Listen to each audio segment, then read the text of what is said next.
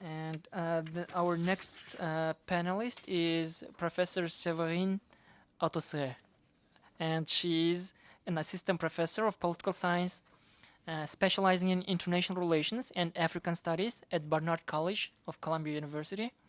And she works on civil wars, peace building, peacekeeping, humanitarian aid, and African politics. And her latest book is Peaceland, Conflict Resolution at the Everyday Politics of International Intervention. Examines how everyday practices, habits, and narratives influence peace-building interventions on the ground.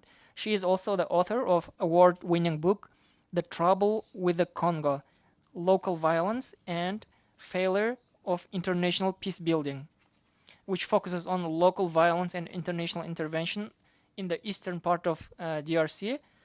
Before coming to academia, she worked for humanitarian and development agencies in Afghanistan, Kosovo, DRC, Nicaragua, and India. Professor, floor is yours. Thank you so much, Mr. Kirbaksov. Can you hear me, everybody? Yeah, great, fantastic. Thank you so much for inviting me to be part of this panel. It's really an honor and a pleasure. As Mr. Kirbaksov was saying, most of my research for the past 15 years has focused on peace building in various conflict zones, notably in the Democratic Republic of Congo. There are massive international efforts to help the Congo build peace and promote sustainable development, but violence continues at a very high level. And as a result, the Congolese conflicts remains one of the deadliest conflicts since World War II. Development programs in the violent eastern provinces are either non-existent or ineffective. And therefore, the Congo consistently ranks either last or second to last on the Human Development Index. And it continues to be the stage of the largest ongoing humanitarian crisis in the world. So my book, The Trouble with the Congo, looks at the question of why the massive international efforts have failed to help the Congo build lasting peace and security, and thus create the preconditions for sustainable development. My answer to this question revolves around two central findings. First, violence has continued in the Congo since the war officially ended, in a large part because of the persistence of local conflicts which remain unaddressed. And when I say local, I really mean at the level of the individual, the family, the clan, the municipality, the community, the district, sometimes the ethnic group. Second, when we try to understand why there has been so little work done on grassroots conflict resolution, we see that a dominant peace-building culture shaped the international intervention in a way that precluded action on local violence, and that ultimately doomed the international efforts. Western and African diplomats, United Nations peacekeepers, and the staff of most non-governmental organizations involved in conflict resolution share a set of ideologies, rules, rituals, assumptions, definitions, standard operating procedures. This common culture influences the interveners' understandings of the causes of violence, the path toward peace, and the roles of foreign actors. It enables international peace builders to ignore the micro-level tensions that often jeopardize the macro-level settlements. In the Congo, the presence of this peace-building culture explains why the massive international peace-building efforts have only rarely targeted local conflict, and therefore why the international intervention has failed to help the Congo build a sustainable peace and promote sustainable development. So I'll take a few minutes to elaborate on the Congo, and then I will show you how this analysis applies to other conflict situations. Most analysts and policymakers understand the continuing violence in the Congo as a top-down problem, meaning as the consequence of national and international tensions. Tensions, for instance, between President Kabila and various other national leaders. and tensions between the Congo, Rwanda, Uganda, and between these states and their respective rebel groups. The top-down understanding of violence, along with a number of other elements that I document in my book, constructs intervention at the national and international level as the only natural and legitimate task for UN staff and diplomats. Most UN diplomatic and NGO staff members focus their efforts on addressing national and international sources of tensions, and they approach these tensions in a top-down fashion, meaning by working with national and international elite, and by designing and implementing macro-level projects. The problem with this approach is that in the Congo, now, just as during the past 20 years, continuing violence is motivated not only by international and national causes, but also by long-standing bottom-up agendas, whose main instigators are villagers, traditional chiefs, community chiefs, or ethnic leaders. Many conflicts revolve around political, social, and economic stakes that are distinctively local.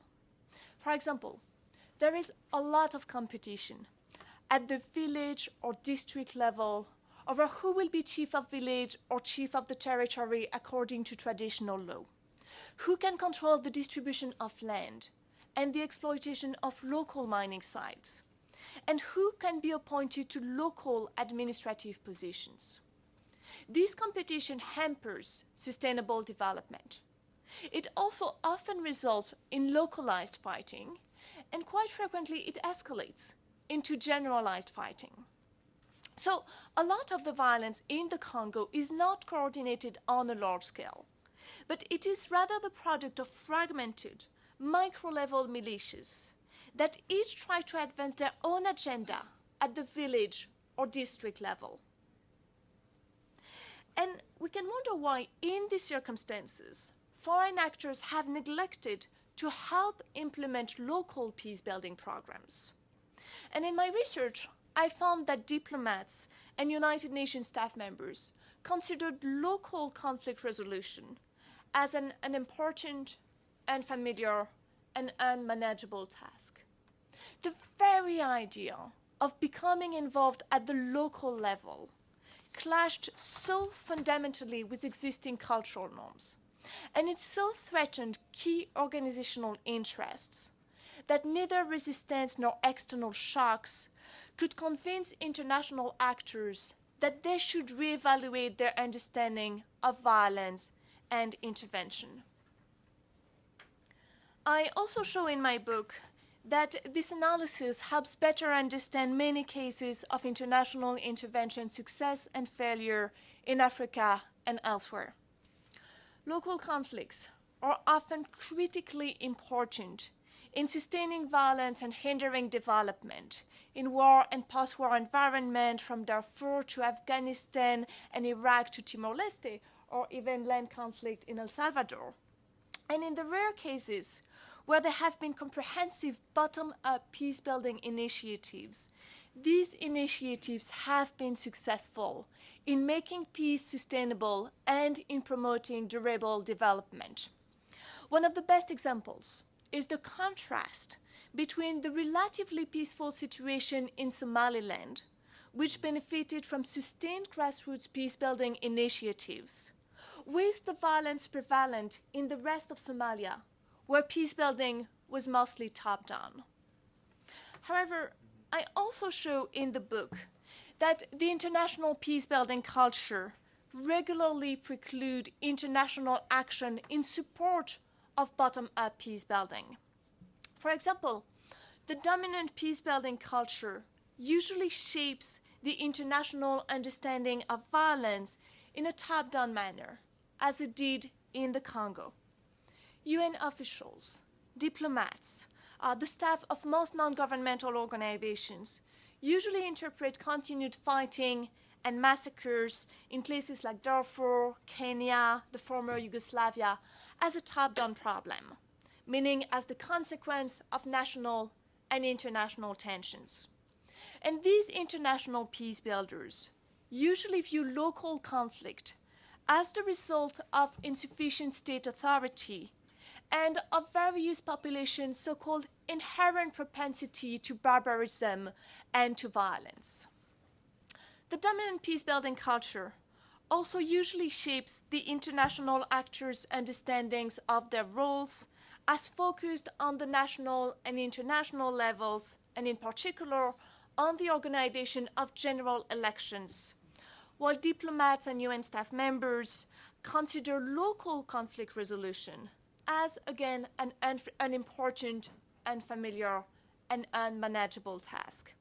And I show in the book that this analysis helps better understand the international peace-building strategies and the challenges that these strategies face in places like Afghanistan, Bosnia, Liberia, Haiti, Iraq, and Kosovo. Based on this analysis, my main policy fix or policy recommendation is that if we want to build peace and promote sustainable development in conflict zones, in addition to any top-down intervention, conflict must be resolved from the bottom up. Again, my argument is not that national and international conflicts don't matter, and that national and international peace building is unnecessary.